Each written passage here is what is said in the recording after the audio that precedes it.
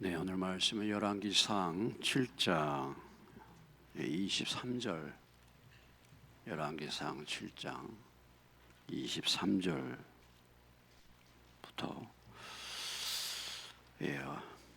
읽기는 51절까지 읽겠습니다.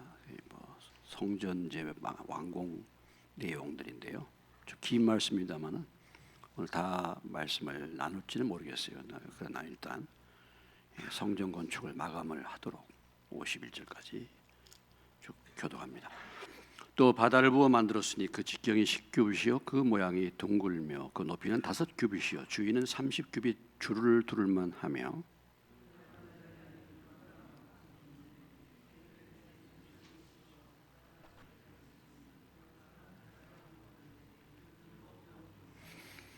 그 바다를 소 12마리가 바쳤으니 셋은 북쪽을 향하였고 셋은 서쪽을 향하였고 셋은 남쪽을 향하였고 셋은 동쪽을 향하였으며 바다를 그 위에 놓았고 소의 뒤는 다 안으로 두었으며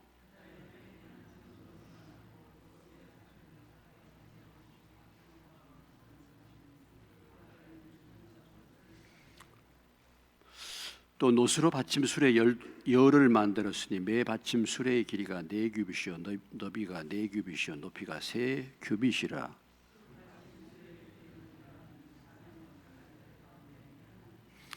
가장자리 가운데 판에는 사자와 소와 그룹들이 있고 또 가장자리 위에는 놓는 자리가 있고 또 사자와 소 아래는 화한 모양이 있으며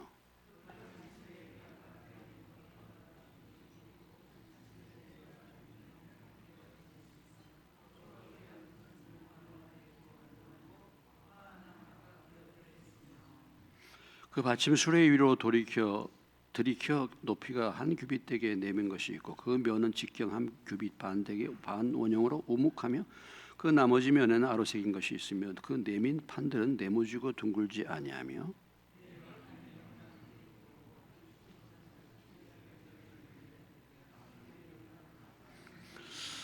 그 바퀴의 구조는 병거 바퀴의 구조 같은데 그 축과 태와 살과 통이 다 부어 만든 것이며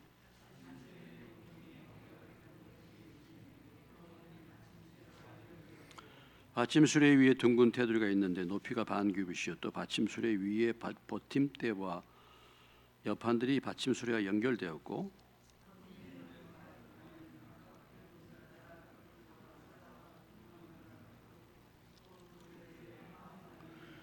이와 같이 받침수레 10개를 만들었고 그 부어 만든 법과 크기와 양식을 다 동일하게 만들었더라.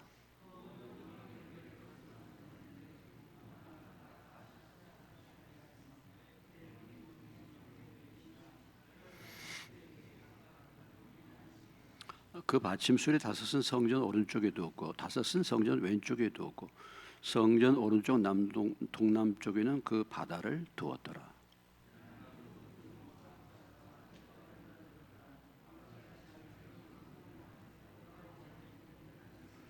그 기둥 둘과 그 기둥 꼭대기에 공 같은 머리 둘과 또 기둥 꼭대기에 공 같은 머리를 가리는 그물 둘과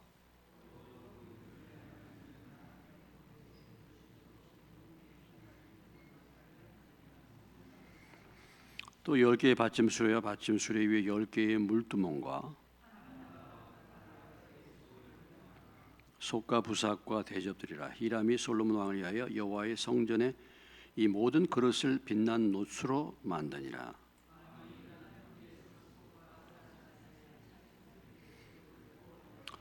기구가 심이 많으므로 솔로몬이 다 달아보지 아니하였고 두었으니 그 논무게를 능히 측량할 수 없었더라.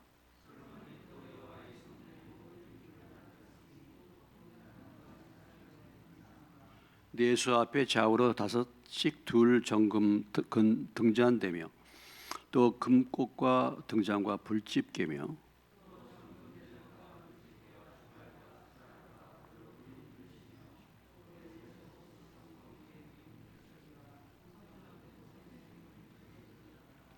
51절 솔로몬 왕이 여호와의 성전을 위하여 만드는 모든 일을 마친지라.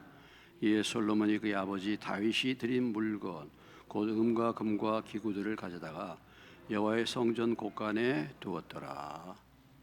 기도하겠습니다. 하나님 아버지, 성전 건축에 대한 말씀을 우리에게 주시고 있는데, 또 이 말씀이 어떤 의미인지, 이 말씀이 오늘 우리에게 어떻게 어떤 메시지를 주시는 것인지 잘 분별하여 저희들이 또 이 말씀을 받고 하나님의 성전인 교회가 정말 새롭게 될 수 있도록, 우리 자신이 새롭게 될 수 있도록 도와주옵소서.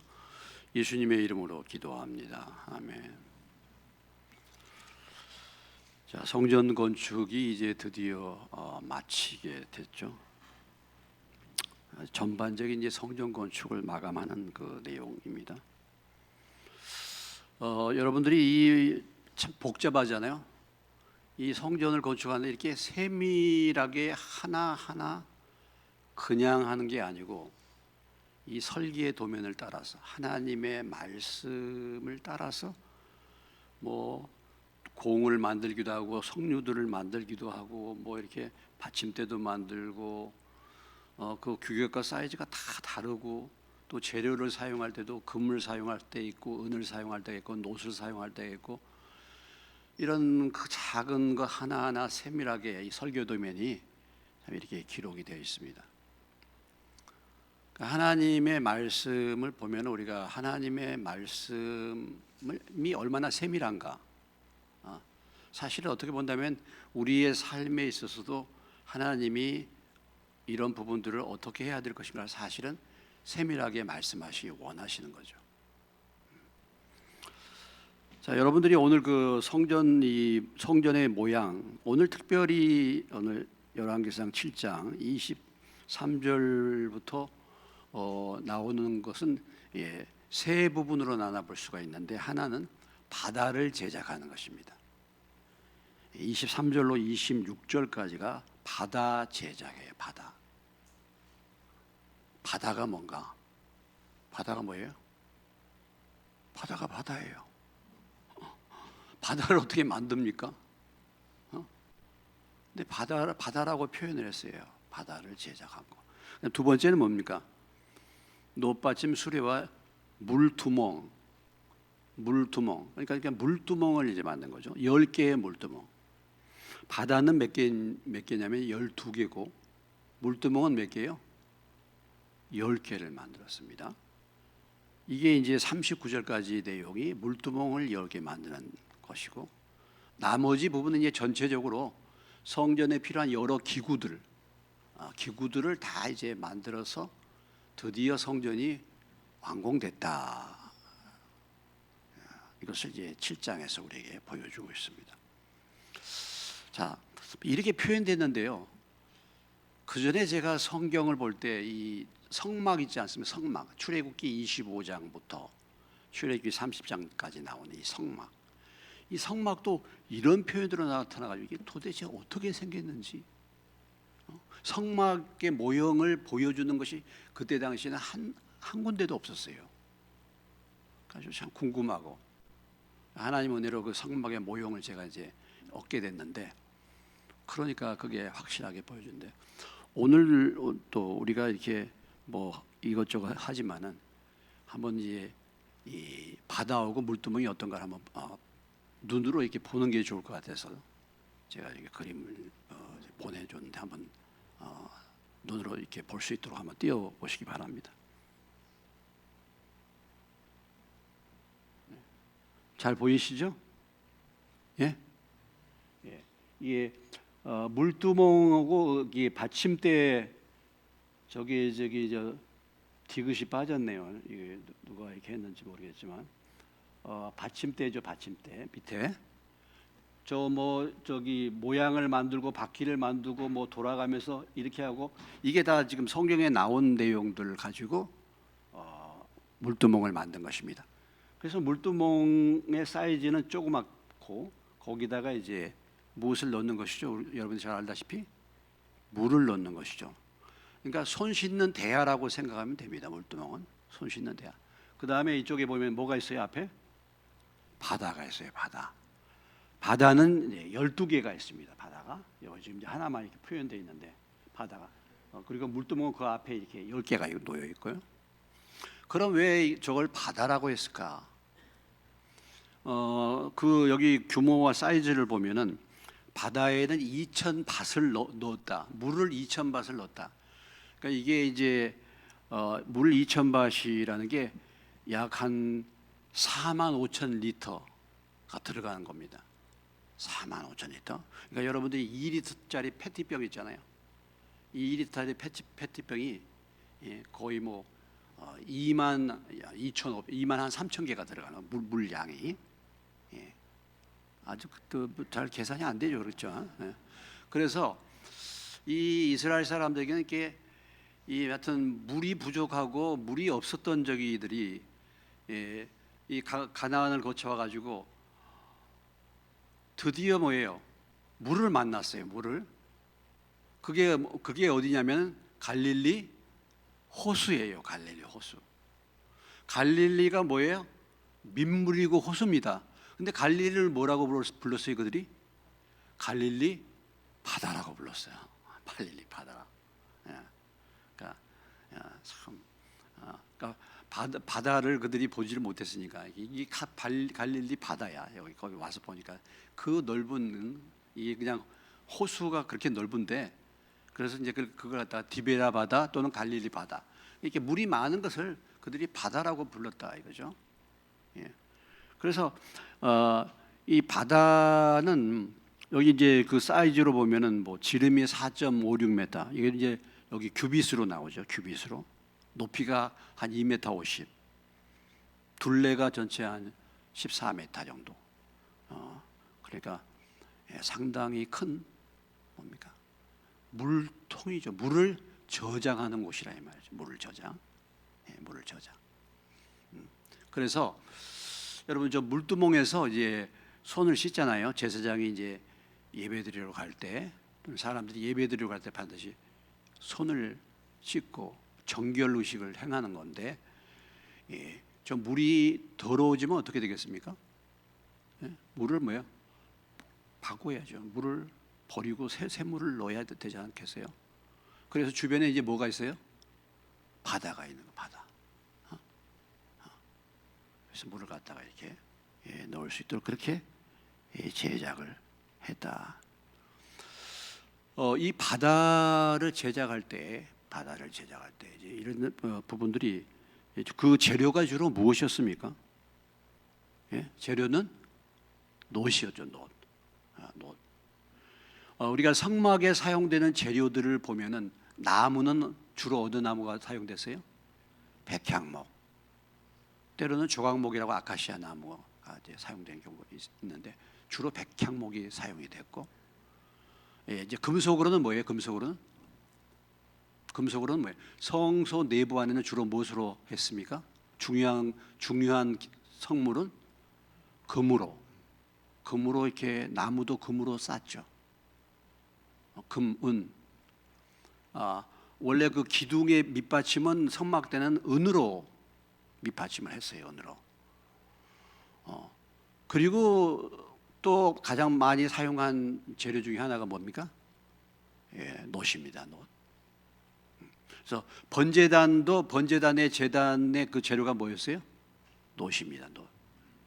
놋은 청동이라고 볼 수 있어요. 놋은 구리에다가 주석을 이렇게 이제 섞어서 만든 건데, 뭐 여러분들이 생각할 때 옛날에 우리가 놋주발들 많았잖아요. 놋그릇들 많았죠. 그렇죠? 전부 뭐야? 놋그릇 사용했죠.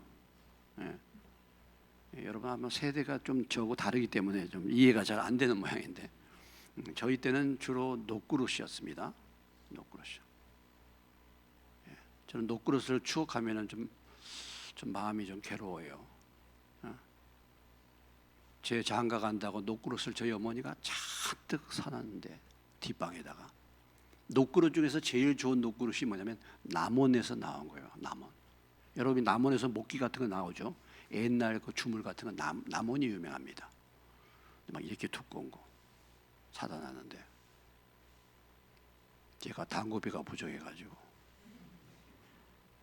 다 갖다 팔았죠. 회개해야 될 문제입니다. 물론 뭐 제가 예수 믿기 전에 그렇기 때문에, 그런데 그걸 다 갖다 팔았어요. 상당히 무거운 건데 이게 보재기에다 싸가지고. 그리고 제 친구 경동이가 용돈이 궁하다고 해가지고 제가 또 그 집에 또 녹그릇까지 또 소개를 해줘서 또 경동이가 녹그릇을 다 팔았거든요. 그래가지고 그 경동이 어머니한테 이런 친구하고 사귀지 말라고 경계 대상 1호가 저였습니다. 예. 노시죠. 여러분, 우리가 우리의 역사를 보면은 무슨 시대가 있습니까? 철기 시대가 있죠. 철기 시대 이전은 무슨 시대예요? 청동기 시대죠. 노 시대라 이 말이에요. 노 시대. 예? 그러니까 이때가 그 노시 보편적인 그런 시대죠. 가장 구하기 쉬운 하나의 뭡니까? 청동이죠. 그럼 이 노세의 그 장점은 뭐냐면 뭐 금과 은처럼 뭐 그렇게 변질이 안 되는 건 아니죠. 노는 이제 나중에 좀 색깔도 변화하는데 노세의 좋은 점은 뭐냐면요. 노는 주물하기가 쉬워요. 노는 이게 녹는 온도가 굉장히 낮아요. 철보다 2배 정도 낮습니다. 그러니까 2분의 1밖에 안 돼요. 그러니까 예를 들어서 철이 1500도에 되면은 철을 이렇게 끓여서 이제 철을 갖다가 이렇게 주물을 할 수 있다고 한다면 노는 800도면 돼. 그러니까 뭐예요? 이런 그 기물을 제작하기가 아주 쉽습니다. 기물을. 그러니까 이렇게 바다도 만들고 뭐 이렇게 모양을 통해서 저렇게 물두멍도 만들고 하기가 편리한 것이고, 노은 이제 일반적으로 우리가 상징할 때 하나님의 심판을 상징하죠. 왜냐하면 번제단, 하나님의 제물을 불태우는 것이 무슨 제단이었어요? 번제단이 뭘로 만들었어요? 놋제단으로 만들었고, 놋으로. 놋이 불을 견디잖아. 일반적인 불을 견디죠. 그래서 놋은 하나님의 심판을 상징하는 것이고, 또 한편으로 롯은 뭐예요? 놋은 금이나 은보다 못하기 때문에 어떤 인간성을 갖다가 좀 연약한 그런 가장 좋은 금속은 아니잖아요. 그러니까 이제 그런 부분들을 이제 놋이 일반적으로 상징을 한다 하는데요. 자, 바다 모양을 우리가 만들 때는 여러분들이 그 12마리의 소 12마리가 받치도록, 저 밑에 보이시나요? 보이시나요? 소 12마리가 지금 뭐예요? 동서남북으로 그 바다를 뭡니까? 밑에서 받치고 있죠? 받치고. 좀 확대할 수 있나요? 바다를? 소 보이시죠? 소가 동서남북으로 12마리가 동서남북으로 이렇게 해서 이제 그 소가 받치고 있는 형상입니다. 우리가 이 열둘이라는 것은 성경적인 면에서 볼 때 열둘은 뭐예요? 일반적으로 그 하나님의 수입니다. 완전 수죠. 그래서 12 광주리 이런 게 나오죠. 또 예수님의 제자가 몇 명? 12제자. 12제자. 그래서 이게 12는 하나님의 수를, 완전 수를 표현하는 것인데, 아무튼 이게 12개를 이제 놨다. 그리고 그것을, 그 바다를 뭐가 받치고 있어요? 소가. 소는 무엇을 상징합니까? 소? 소는 뭐예요? 소의 특징이 뭡니까? 순종하는 거죠. 소는 희생하는 것입니다. 소는 뭐 그냥 소는 죽도록 그냥 옛날에는 뭐 일하다가 나중에 고기를 제공하고 뭐 그렇게 하는 거죠. 소는 희생과 헌신과 순종, 충성 이런 것을 이제 표현하는 거죠. 그런 의미에서 이게 이제 소가 바다를 떠받치고 있는 모습을 이렇게 말했습니다. 자, 이 바다나 물두멍, 특별히 이 물두멍은요, 우리 출애굽기를 한번 가보시면요, 출애굽기 30장을 가보시겠습니다.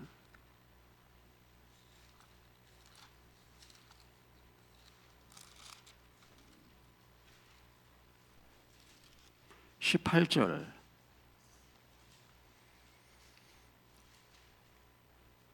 출애굽기 30장 18절로 21절입니다. 찾으셨으면 같이 한번 읽겠습니다. 너는 물두멍을 노수로 만들고 그 받침도 노수로 만들어 씻게 하되 그것을 회막과 제단 사이에 두고 그 속에 물을 담으라. 아론과 그의 아들들이 그 두멍에서 수족을 씻되 그들이 회막에 들어갈 때 물로 씻어 죽기를 면할 것이요 제단에 가까이 가서 그 직분을 행하여 여호와 앞에 화제를 살을 때에도 그리 할지니라. 이와 같이 그들이 그 수족을 씻어 죽기를 면할지니 이는 그와 그의 자손이 대대로 영원히 지킬 규례니라. 여기 물두멍의 용도가 나오죠. 예, 물두멍의 용도가. 물두멍이 어느 사이에 있어요? 예, 물두멍이 회막과 제단 사이. 회막과 제단 사이. 그러니까 성전을 들어가면 맨 앞에 뭐가 있습니까? 맨 앞에 뭐가 있어요? 문이 있어요. 문을 열고 들어가면 그 맨 앞에가 뭐가 있습니까? 번제단이 있어요. 번제단. 그리고 그 번제단과 그 다음 사이에가 뭐가 있습니까? 회막이 있어요. 회막. 그러니까 번제단과 회막 사이에 뭐가 있어요? 지금 물두멍을 두었다 이 말이죠. 그래서 제사장이 성막, 회막에 하나님의 성전, 회막에 들어가기 전에 뭘 보고서 그 물두멍에서 손을 수족을 씻었다. 정결 의식입니다.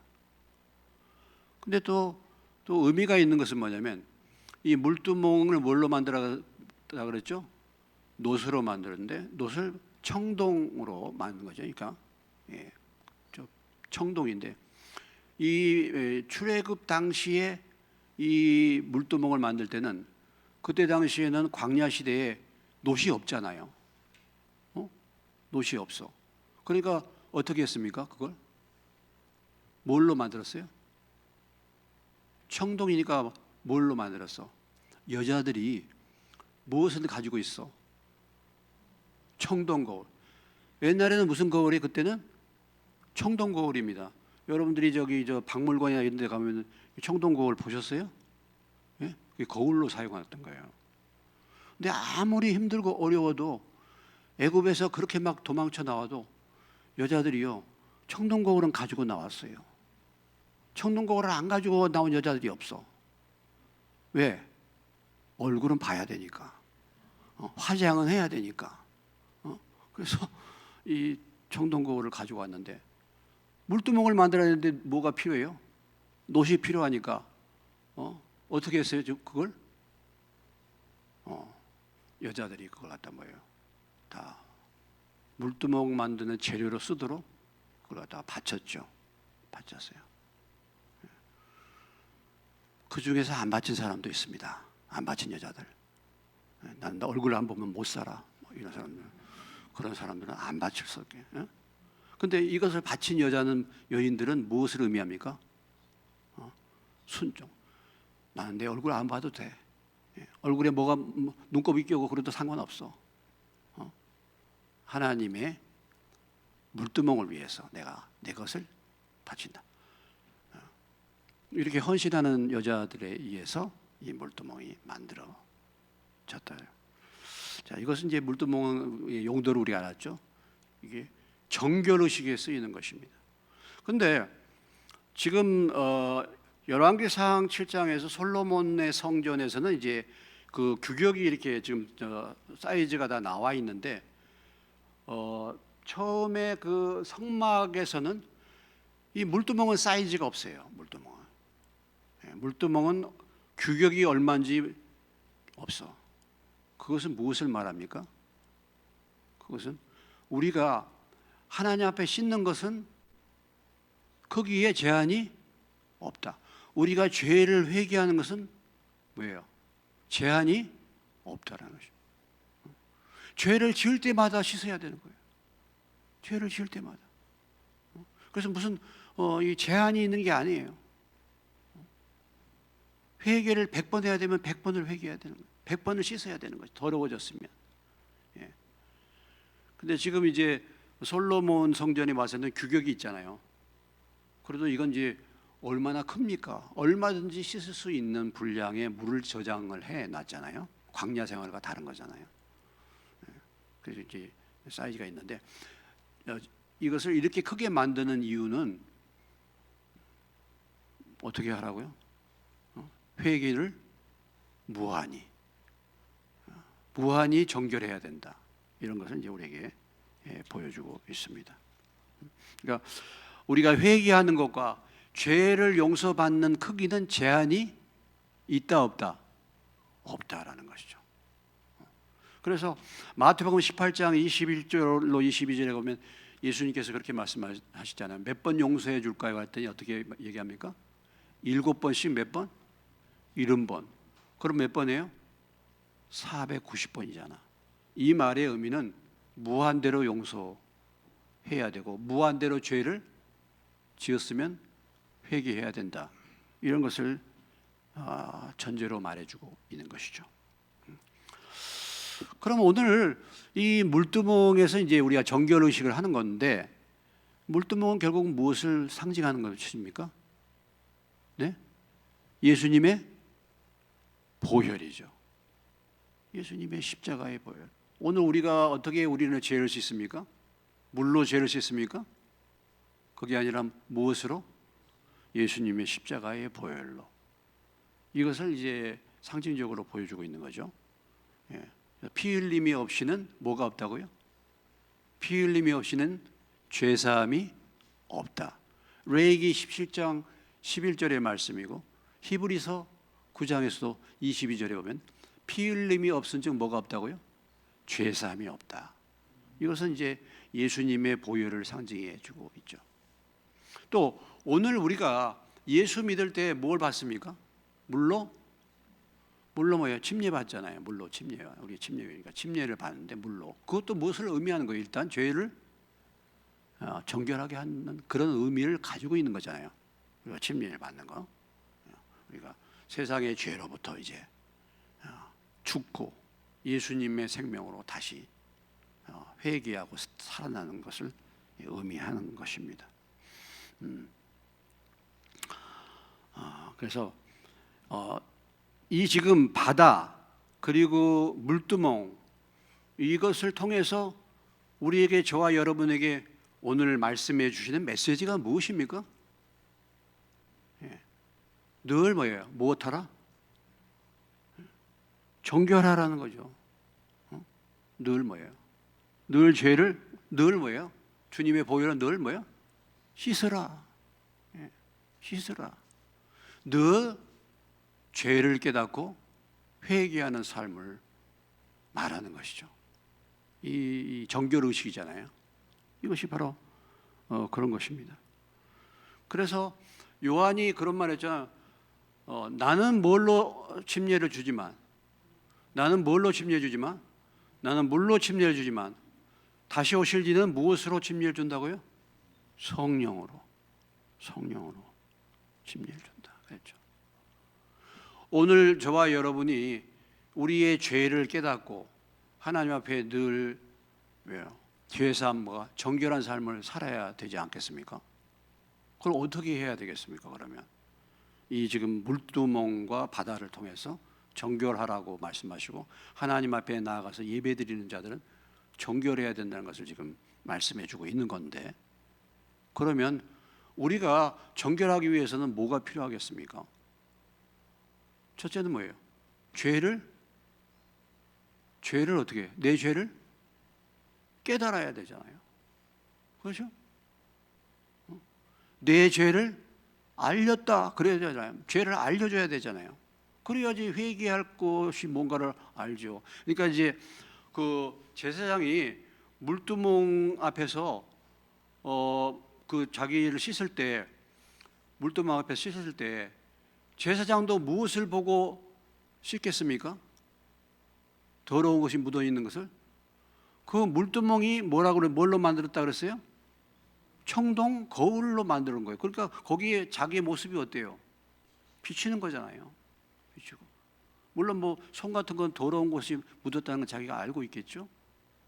그러나 또 자기를 비추어 줘야 되잖아요. 그래야지 자기가 더럽다는 것을 알죠. 그러니까 우리가 우리의 삶에서 우리의 죄를 회개하기 위해서는 뭐가 필요하겠습니까? 우리가 우리 죄를 아는 것이 중요하죠. 아는 것이. 그러면은 우리가 우리의 죄를 깨닫기 위해서는 그래야지 죄를 회개하게 할 수가 있는데, 죄를 깨닫게 하기 위해서 무엇이 필요합니까? 요한복음 16장 8절에 가보시면요.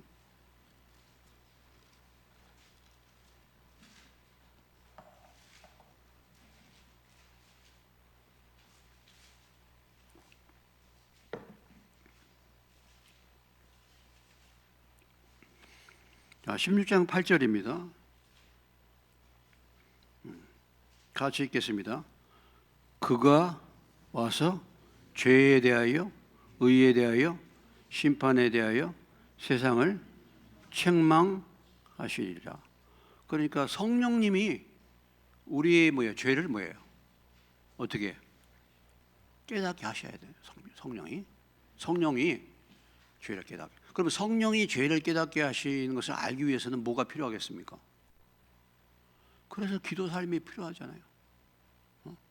그래서 우리가 성령이 나를 조명하고 비춰줘야 되니까 우리가 성령의 침례를 받고 성령의 충만함을 입고 해야지 그걸 깨닫게 될 거 아니에요. 성령님과 교통을 해야지 나에 대해서 지적을 해주지 않겠어요? 그러면 성령님과 교통하기 위해서 뭐가 필요하겠습니까? 기도가 필요하죠. 기도가. 그래서 성령님과 늘 교통하고 기도하다 보면은 내 죄가 뭔가를 잘 깨달을 수가 있는 것이죠. 자, 그 다음에 야고보서로 가보시겠습니다.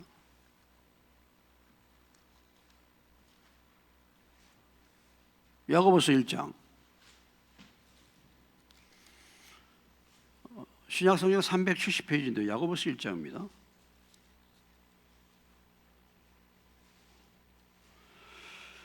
야고보서 1장 23절 보시면요. 23절로부터 25절까지 찾으셨죠? 찾으셨으면 읽겠습니다. 시작. 누구든지 말씀을 듣고 행하지 아니하면 그는 거울로 자기의 생긴 얼굴을 보는 사람과 같아서 제 자신을 보고 가서 그 모습이 어떠했는지를 곧 잊어버리거니와 자유롭게 하는 온전한 율법을 들여다보고 있는 자는 듣고 잊어버리는 자가 아니요 실천하는 자니 이 사람은 그 행하는 일에 복을 받으리라. 그러니까 지금 여기서 표현하기를 지금 거울을 보는 건데, 그럼 거울 역할은 누가 거울 역할을 하는 거예요? 하나님의 말씀이죠. 하나님의 말씀, 우리가 하나님의 말씀을 볼 때 그 말씀이 우리를 비춰주는 뭐가 되는 겁니까? 거울 된. 그러니까 그 말씀을 보고서 나에게 내 상태가 어떤가를 비춤 받았는데 그걸 그냥 잊어버린단 말이죠. 그냥 말씀을 듣기만 하고 행하지 않는단 말이죠. 이 부분에 대해서 지금 야고보 기자가 지금 지적하고 있는 거 아니겠습니까? 그러니까 우리가 말씀을 잘 깨닫게 하기 위해서는 뭐가 필요하죠? 늘 하나님의 말씀이죠. 하나님의 말씀을 기록한 율법은 무엇을 깨닫게 함이라고 했습니까? 죄를 깨닫게 함. 그럼 내 죄를 깨닫게 하기 위해서는 뭐가 필요해요? 하나님의 말씀을 가까이 대하는 것이 필요하죠. 거울이 없는데 내가 얼굴에 뭐가 묻었는지 어떻게 합니까? 그러니까 우리가 이렇게 늘 죄를 깨닫게 하기 위해서는 말씀을 또 가까이 대할 때 기도하면서 성령의 조명을 받고 이런 부분들이 사실은 필요한 거죠. 찾아보지는 않겠는데요. 사도행전 2장에 보면은 베드로가 막 설교하죠. 그러니까 백성들이 그 설교를 듣고 뭐라고 얘기합니까? 우리가 어떻게 어찌할꼬. 그러니까 이제 무엇을 통해서 지적을 받는 거예요? 또 설교 말씀을 통해서. 여러분이 설교 말씀을 들을 때 어찌할꼬. 저게 나한테 하는 소리네. 이렇게 이제 들리잖아요. 그러면은 그것이 하나님이 내 죄를 지적하는 것이죠. 우리가 어찌할꼬. 그러니까 너희가 회개하여 예수를 믿고 침례를 받으라. 이렇게 메시지 하잖아요. 그러니까 우리가 설교를 들을 때 그 말씀을 통해서 우리가 뭡니까? 우리의 죄를 깨닫게 되는 경우도 있죠. 누가복음 3장에 가서 7절로 14절에 보면, 이것도 찾아보진 않겠어요. 누가복음의 3장에 보면 누구의 설교가 나오냐면 뭐예요? 침례 요한이 요단강에 모인 사람들에게 뭐라고 얘기합니까? 침례 요한이 회개하라, 천국이 가까워. 너희가 뭐예요? 회개의 열매를 맺으라 그랬잖아요. 너희가 이 독사의 자식들아, 회개의 열매를 맺으라 이렇게 말했잖아요. 그러니까 이제 이런 말씀들을 통해서 우리가 우리의 죄를 보게 되는 거죠. 그런데 그러면 어떻게 회개해야 되는 겁니까? 회개의 열매를 맺는 것이 무엇입니까? 하고 물었을 때 요한이 또 설명해 주잖아요. 군인들은 뭐예요? 받는 월급 외에 뭐예요? 더 받지 마라. 세금을 거두는 사람 정한 액수만 받아라. 왜 그렇습니까? 군인들이 그냥 봉급이 적으니까 다 이렇게 토색질 하는 거잖아요. 세리도 마찬가지고. 그러니까 회개할 구체적인 열매가 바로 그런 거예요. 그런 걸 회개해야 된다. 이렇게 이제 지적을 해주고 있지 않습니까? 그러니까 회개하라 그랬는데 무엇을 어떻게 회개할지를 아직 모른단 말이죠. 자기들이 지금 정한 급료 외에 다른 사람들을 이렇게 위협해 가지고 받아들이는 돈 있잖아요. 입마에 포켓한 거 그거, 부정수수료 이런 것을 별 대수롭지 않게 했다 말이죠. 왜냐하면 그 당시에는 그게 보편화되어 있으니까 쟤도 나도 하는데 그게 큰 문제야. 그런데 구체적으로 지적을 해주잖아요. 그러니까 우리가 우리의 죄를 모를 때 때로는 어떤 선지자를 통해서 또 말씀을 통해서 그 죄를 구체적으로 지적을 받고 내가 이런 죄를 회개해야 되겠구나 하는 것을 깨달을 수가 있는 거죠. 깨달을 수가 있는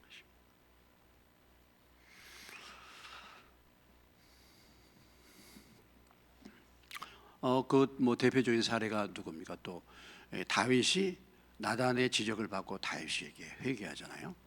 다윗이. 그러니까 이제 어떻게 본다면 이런 또 참 마음의 자세가 필요해요. 시편 51편으로 가보시면요, 다윗의 회개 기도가 나오는데 시편 51편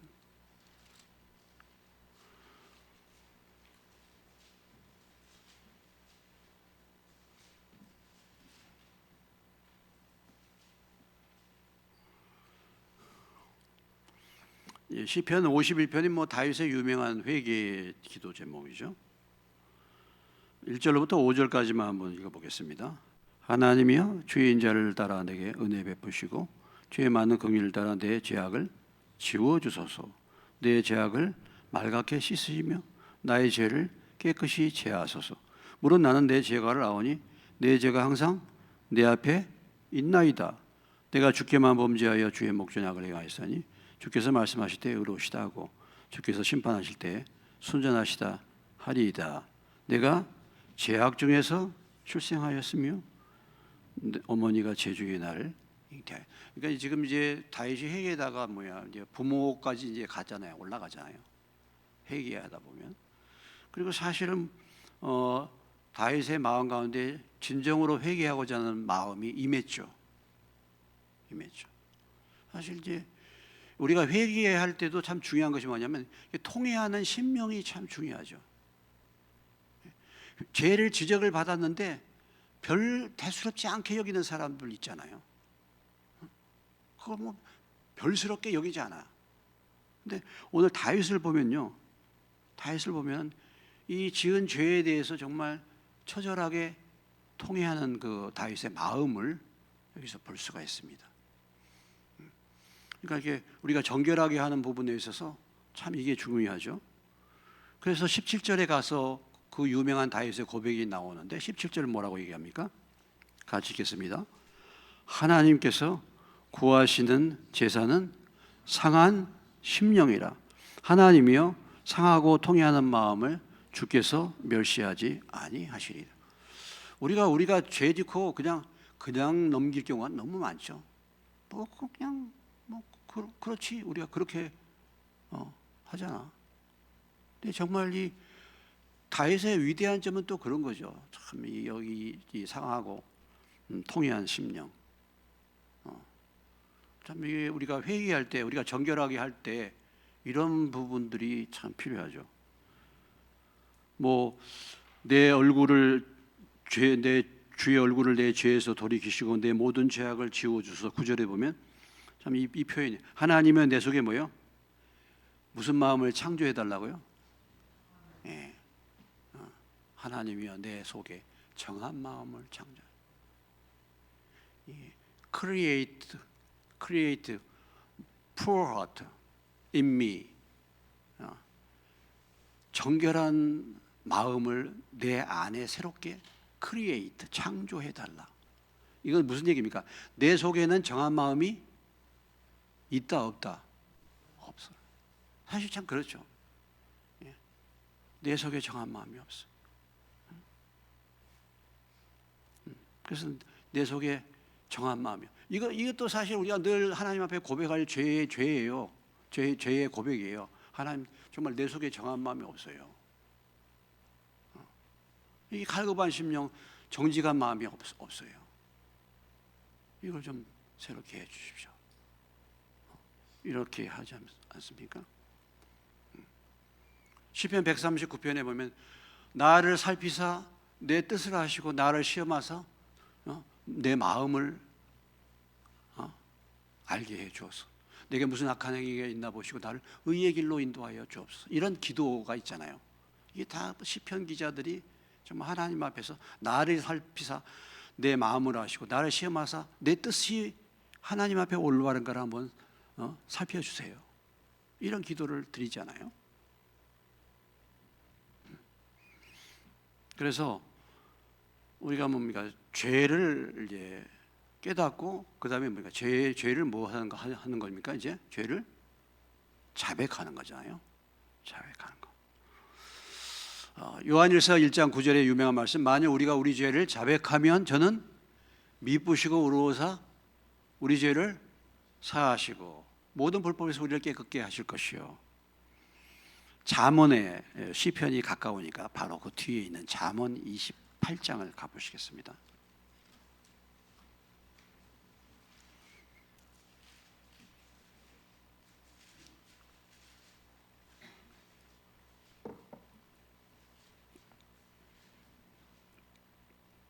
잠언 28장 13절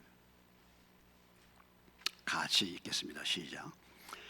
자기의 죄를 숨기는 자는 형통하지 못하나 죄를 자복하고 버리는 자는 불쌍히 여김을 받으리라. 참 이런 부분들이 필요한 것이죠. 그래서 복 중의 복이, 예수님이 말씀하실 때 복 중의 복이 무슨 복이라 그랬습니까? 예수님이 말씀하신 복이 무엇이었어요? 산상수훈에서 시작하면서 예수님이 뭐가 복되다고 했습니까? 심령이 가난한 자, 애통하는 자, 온유한 자, 의에 주리고 목마른 자, 긍휼히 여기는 자, 청결한 자, 그다음에 화평케 하는 자, 의를 위하여 핍박을 받는 자. 다 무엇과 관계가 있습니까? 다 무엇과 관계가 있어요? 심령과 관계가 있잖아요. 심령. 복이라는 게 우리는 그러잖아요. 참 보면은 우리는 늘 복 그러면은 뭔가 눈에 보이는 것을 많이 생각하잖아요. 돈 벌고 뭐가 많아지고 뭐 건강해지고 뭐가 잘 되고 뭐. 그런데 예수님이 산상수훈을 딱 시작하시면서 예수님이 말씀하신 복이 뭔가를 분명하게 말해주고 있는데 어떻게 뭘로부터 시작이 됩니까? 심령이 가난한 거. 심령이 가난한 거. 그러니까 아까 우리가 다윗을 볼 때 죄를 지었는데 그렇게 심령이 애절할 수 없잖아요. 정말 회개하는 거잖아요.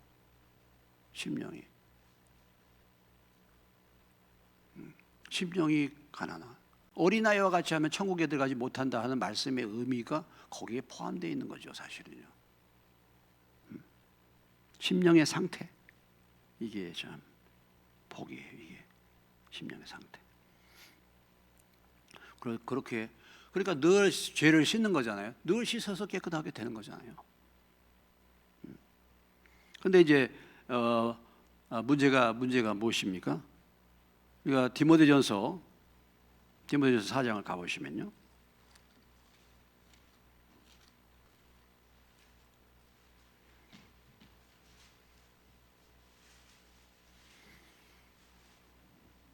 디모데전서 4장 1절로 2절.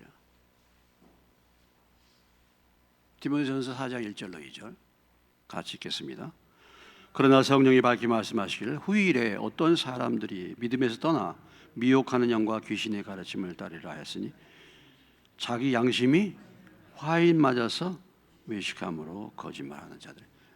여기 어떤 사람이 등장합니까? 자기 양심에 뭘 맞았어요? 화인 맞았어요.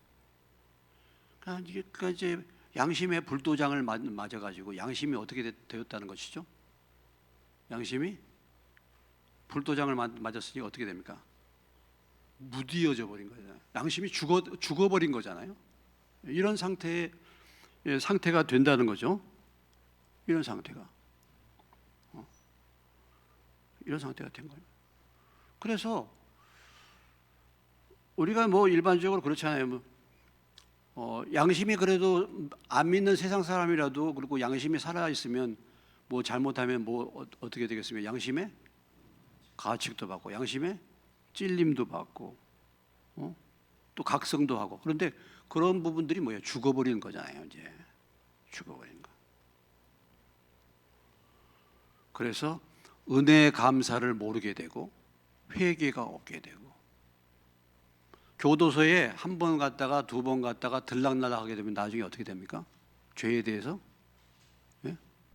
둔감해져 버리잖아요. 그래서 우리가 신앙생활 할 때요, 신앙생활에 가면을 많이 쓰게 되면 사실은 우리의 심령은 더 악화될 수 있어요. 자꾸 사람들이 볼 때에 나의 가면을 해서 내가 누군데 이렇게 하면 실제 내 안의 상태를 괜찮은 줄 알고 착각을 하게 돼요. 솔직하게 하나님 앞에 솔직하게 내 자신을 드러내야 되는데 그렇지 못하잖아요. 다른 사람들이 볼 때 괜찮다 가면을 자꾸 쓰는구만. 나는 착하고 나는 괜찮은 교인이다. 이렇게 하게 되면은 사실은 회칠한 무덤, 바깥은 회를 잘 칠해놨는데 속은 뭐예요? 무덤이라는 거예요. 이게 왜 그러냐면 우리가 회개할 기회를 놓치고 우리의 심령이 점점 뭐예요? 무디어져 버리기 때문에 그렇다라는 거죠. 그 뒤에 가서 히브리서를 가보시면 뭐 우리가 잘 아는 말씀입니다만 히브리서 3장 13절.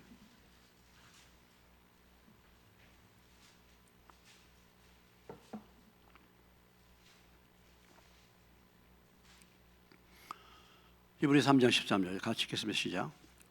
오직 오늘이라 일컫는 동안에 매일 피차 권면하여 너희 중에 누구든지 죄의 유혹으로 완고하게 되지 않도록 하라. 뭐 우리가 잘 아는 말씀입니다. 자주 인용했던 말씀. 오늘 하루 동안에 매일 피차 권면해. 사람들이 나를 매일 피차 권면한 사람이 없잖아요. 그럼 뭘로 권면을 받아야 됩니까? 말씀으로 권면을 받아야지. 기도 가운데 성령의 권면을 받아야죠. 그렇지 않으면 우리가 뭐예요? 어떻게 된다고요? 어떻게 된다고 그랬습니까? 완고하게 된다면, 완고가 무슨 말이에요? 고집스럽게 되고 무디어지고 무감각해지고 무관심해진다 이 말이에요. 사무엘상 15장에서 완고한 것은 무엇과 죄와 같다고요? 사술의 죄, 점치는 이 무당 우상의 죄와 똑같다 그랬어요. 완고한 게. 그러니까 우리의 심령이 뭐 누구든지 다 마찬가지죠. 완고해져 버리죠. 그래서 어지간해 가지고 끄떡하지 않습니다. 어지간해서 끄떡하지 않아요. 우리가 우리의 몸의 신체 기관 가운데서 제일 예민한 게 뭘까요? 예민한 게 뭐 여러 가지 기준. 눈, 그렇죠? 요즘 이현주 집사님 눈이 지금 수술을 받아가지고 고통 속에 있는데 민감한 눈이에요. 눈은 뭐 잠깐 먼지가 들어오지 뭐 이렇게 해도 금방 통증이 오고 그러잖아요. 눈이 민감하기 때문에. 근데 둔감한 것은 뭐겠습니까? 엉덩이 어지간해 가지고 주사를 다 어디다 놔요? 놓는 이유가 왜? 둔감하기 때문에 놓잖아요. 뭐 발꿈치 같은 거 이렇게 다 감각이 별로 없잖아요. 근데 우리의 심령은 사실은 보면 우리의 심령이 살아나려면 눈과 같이 어떤 심령이 영적으로 민감해야 되는 거 아니겠습니까? 근데 이게 영적으로 죽어버렸어. 그래가지고 발꿈치나 뭐 엉덩이보다도 못해. 엉덩이보다도 전혀 감각하지 못해. 전혀 문제가 뭔지를 모르고 이렇게. 그래서 피리를 불어도 춤추지 않고 슬피 울어도 가슴 치지 않고 이런 심령이 얼마든지 될 수 있습니다. 얘기를 해줘도 듣지를 않아요. 뭐가 뭔지를 몰라.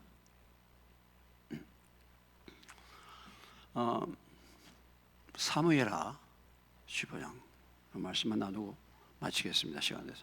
사무엘하 15장 갑니다.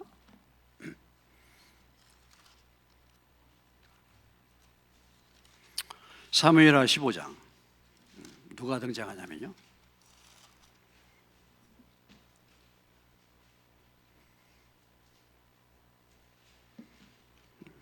15장 1절로부터 6절까지 한번 보시겠어요? 자, 교독해 보겠습니다. 그의 압살롬이 자기를 위하여 병거와 말들을 준비하고 호위병 50명을 그 앞에 세우니라.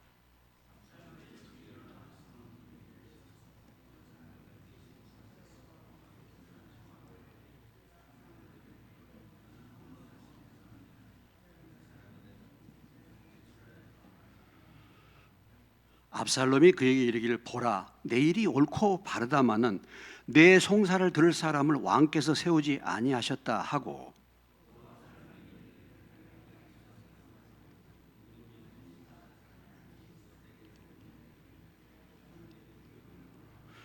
사람이 가까이 와서 그에게 절하려 하면 압살롬이 손을 펴서 그 사람을 붙들고 그에게 입을 맞추니, 무리 중에 왕께 재판을 청하러 오는 자마다 압살롬의 행함이 이와 같아서 이스라엘 사람의 마음을 압살롬이 뭐하느라? 훔치니라. 지금 압살롬이요, 지금 반역을 일으키려고 모의를 하고 있어요. 계획을 세우고 있어요.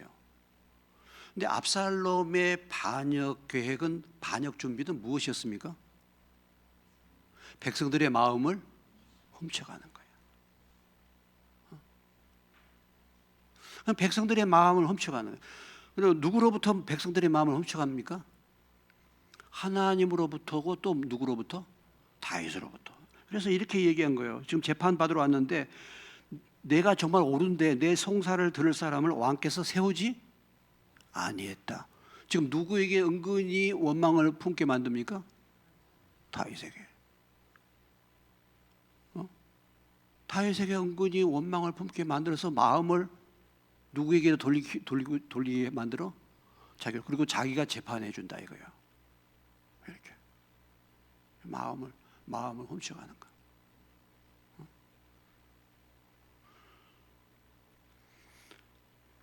여러분, 이 지금 압살롬이 참 이게 참 문제잖아요. 근데 가만히 보면 또 누가 문제입니까? 누가 문제예요? 압살롬이 이렇게 홀리는데 뭐 거기에 뭐야? 노란하고 빠져들어가는 사람들이 문제잖아. 또 그걸 분별을 못하고. 여러분들 귀에 아주 이렇게 나이스하게 막 이렇게 해주면 얼마나 좋겠어요. 막 띄워주고 어우 어우 근데 그게 마귀가 마음을 빼앗아갈 수 있어요. 뒤까지 안 읽었지만 200명이 또 초청받고 도대체 무슨 일인지도 모르고 압살롬에게 찾아와 또. 그럼 나중에 반역의 대열에 다 휩쓸리게 되지 않습니까? 오늘 이 시대를 보세요. 참 뭐 누가 이렇게 하지만 거기에 막 휩쓸려 가잖아요. 뭐가 뭔지도 모르고. 이걸 우리가 영적으로 해석하면요. 영적으로 해석하면 마귀가 이렇게 광명의 천사로 뭐예요? 위장해가지고 날마다 뭐 합니까? 우리의 마음을 훔쳐가는 거예요. 하나님을 대적하고 하나님의 사람을 대적하도록 훔쳐가는 거예요. 원망불평을 터뜨리게 만들고 은근히. 예? 마음을 훔쳐간다니까 이게.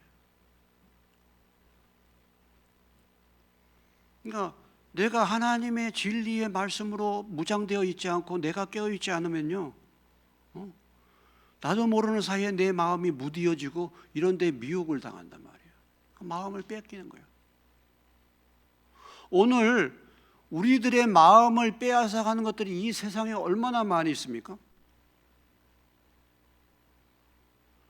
여러분들이 내가 정말 하나님의 말씀으로 무장되어 있지 않으면, 믿음 안에서 깨어 있지 않으면요, 오늘 내 마음을 훔쳐가고 정말 나로 하여금 야 이것을 주마, 너 이렇게 살면 이렇게 된다 하고 들어오는 이 세상의 여러 가지 소식이라든지 아니면은 뭐예요? 사람들의 얘기라든지 뭐 세상의 뭐 원리라든지 뭐 이런 것들이 얼마나 우리의 심령에 들어와 가지고 하나님으로부터, 하나님의 말씀으로부터 우리의 마음을 멀어지게 하는지 모른단 말이죠. 그래서 마음을 빼앗긴다니까. 누구한테 빼앗겨? 압살하는 놈한테 빼앗긴다니까. 그래가지고 압살을 당한다니까. 그렇게 해가지고 죽는 거예요, 결국은. 그래서 우리의 마음이 하나님으로부터 떠나게 되고 우리의 마음이 뭡니까? 이렇게 굳어지는 거죠, 자꾸. 저도 그렇고 여러분들도 그렇고 이렇게 여러분들이 우리들의 생각과 사고 구조를 가만히 보면요, 진짜 하나님의 말씀의 원리는 별로 마음에 남아있지 않고 전부 이 내가 어디서 들었던 거 이런 생각들 이런 것들이 꽉 차 있어요. 그러니까 혼미하게 되니까 내가 지금 이 길이 하나님이 원하시는 길인지 이게 내가 죄인지 아닌지 구분을 못하는 상태에 우리가 빠져들어갈 수 있는 것이, 마음을 빼앗겨 버리는 거죠. 그리고 진짜 여기 압살롬을 보면요, 어쩌면 그렇게 꼭 마귀 같아. 뭘로 변장했어요? 뭘로 변장했어? 광명의 천사로. 고린도후서 11장에 나오잖아요. 광명의 천사. 얼마나 잘해줍니까? 막 입술까지 맞춰줘, 입까지. 제가 여러분 막 나갈 때 막 껴안아서 막 이렇게 막 하면 물론 뭐 우리가 때로는 그런 게 필요하겠죠. 뭐 이렇게 칭찬도 하고 잘 이렇게 뭐 하는데 그런 것을 우리가 조심해야 되죠. 세상의 영광, 마귀가 뭐야, 세상 영광을 보여줬잖아요. 나에게 절하라고. 이렇게 마음을 빼앗기게 되니까 마음이 무디어지고 내가 지금 어떤 상태인지, 내가 죄가 뭔지를 알지 못하게 된다. 지금 내 자리가 지금 이 압살롬이 나를 행복하게 해줄 왕이야. 그렇게 다 넘어가잖아요. 그래서 여기 보면 이스라엘 사람의 마음을 갖다 압살롬이 다 훔쳐갔다 그랬어요. 그러니까 나중에 압살롬이 나팔을 불면서 헤브론에서 압살롬이 왕이다 하니까 모든 백성들이 다 압살롬의 편에 서버린 거죠. 다 마음을 빼앗겨 버린 거예요. 그래서 분별을 못하게 되는 거예요. 분별을. 아니 뭐 다윗이 물론 잘못했지만 하나님이 세우신 자는 다윗이고, 결국은 뭐면 하나님은 다윗 편인데 이런 상태가 이제 되어 가는 거죠. 그래서 정말 우리가 오늘 물두멍 바다 정결의식, 우리의 마음을 뭡니까? 붙들어야 되잖아요, 마음을.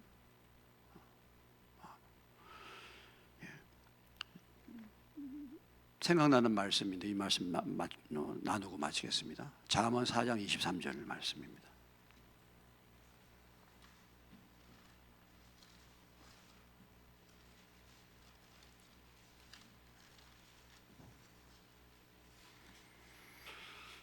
잠언 4장 23절 914페이지예요.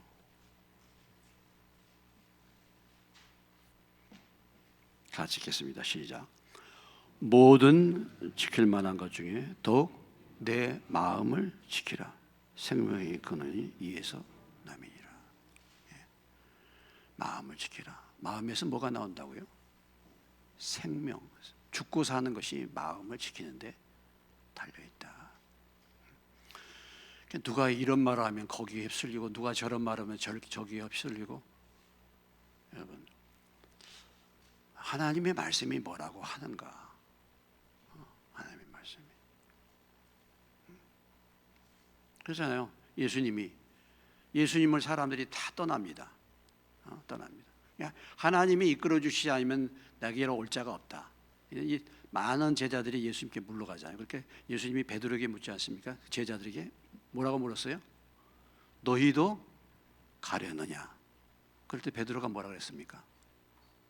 주여, 주여, 뭐가 있사오니? 주여, 뭐가 있사오니? 영생의 말씀이 있사오니. 베드로의 선택은요, 말씀의 선택이었어요. 분위기가 아니고 사람이 뭐라고 하는 거 아니고 누가 뭐라고 하는 게 아니고 말씀이 있느냐 없느냐를 따라서 선택한 거예요. 말씀을 선택한 거예요. 사람들 말을 듣고 누가 뭐 이렇다니 뭐 이런 거 따라서 왔다 갔다 말씀이 없으니까 그렇죠.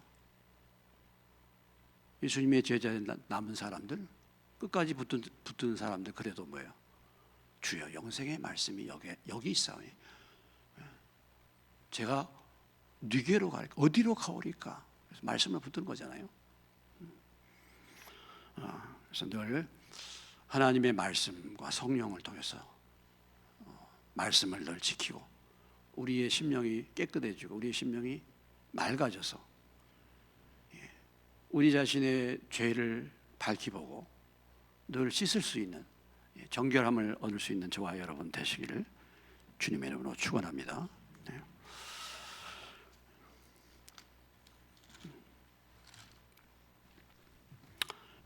208장입니다. 성전 얘기니까 교회 말씀이니까 208장.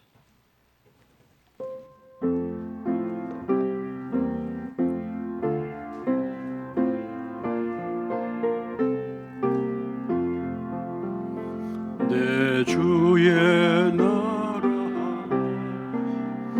주 계신 성전과 피 흘려 사신 교회를 늘 사랑합니다.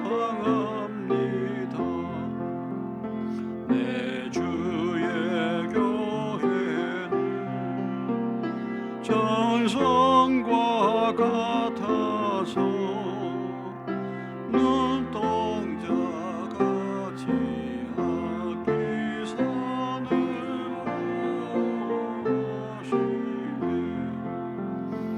이 교회 위하여 눈물과 기도로 내 생명 다하기까지 늘 봉사합니다. 성도의 교제와 교회의 위로와 구주와 맺은 언약을 늘 기뻐합니다. 하늘의 영광과 베푸신 은혜가 인류와 함께 영원히 시온에 넘치네.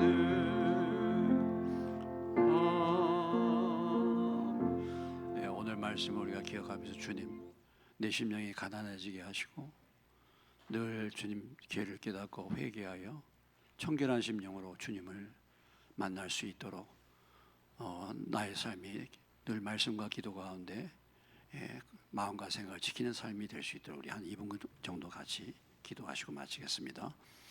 하나님 아버지, 그렇습니다. 주님, 오늘 바다를 만들고 또 물두멍을 만들어서 주님 앞에 예배드려 나가기 전에 손발을 씻고 정결 예식을 행하라고 말씀하시고, 주님을 섬기는데 우리가 깨끗한 심령으로 주님을 섬겨야 될 것을 우리에게 말씀해 주셨습니다. 주님, 우리의 심령 아버지, 우리 속에 정한 것이 거하지 않아 주님, 늘 마음과 생각을 아버지 하나님 세상에 빼앗기고, 아버지 하나님 정욕에 빼앗기고, 하나님 아버지 마귀에게 빼앗겨서 정말 무지와 무감각과 아버지 무관심 속에서 우리의 심령이 무디어질 때가 얼마나 많이 있습니까? 주님 불쌍히 여주시고, 날마다 주님 성령님 우리를 조명하여 주시고, 죄를 깨닫게 하시고 말씀으로 조명하여 주셔서 우리의 죄를 밝히 보고 늘 주님이 말씀하신 대로 죄를 자백하고 버림으로 말미암아 불쌍히 여김을 받고 아버지 정결함을 받고, 그래서 주님 마음과 생각을 아버지 하나님 지켜 아버지 하나님 늘 주님과 밀접한 관계 속에서 아버지 생명력 있는 그런 그리스도의 삶을 사는 저희가 되게 하여 주시옵소서. 함께하여 주시옵소서. 붙들어 주시옵소서. 그래서 주님 죄에 민감하고 늘 죄를 고백하고 돌이켜 합당한 열매를 맺는 삶을 살게 하여 주옵소서.